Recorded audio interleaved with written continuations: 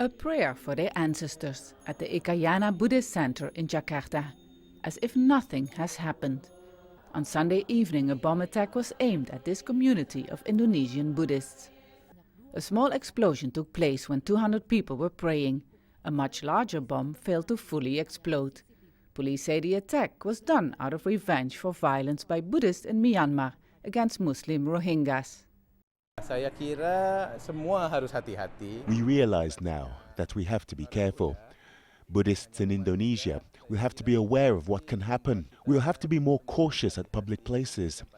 We will have to increase security at our temple, although this is a house of prayer, open to everyone.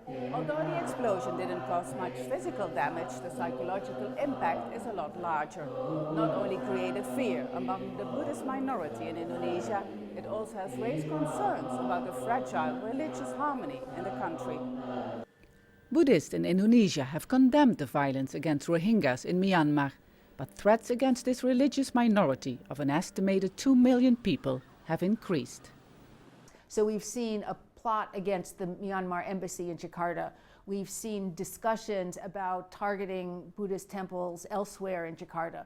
We've seen a plot discussed to firebomb a market in Chinatown in Jakarta as a way of somehow taking revenge on Buddhists for the violence in Myanmar. So we could see additional attacks, but again, these groups are very small, they're very amateurish.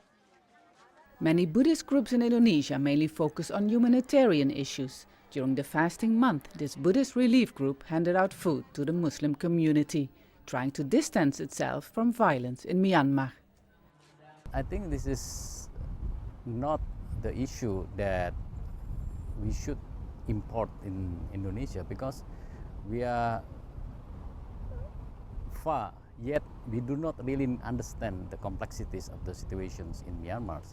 And we need to focus on our own harmonious society. Creating harmony is still the main goal, even after the attack on Sunday has caused fear and anxiety.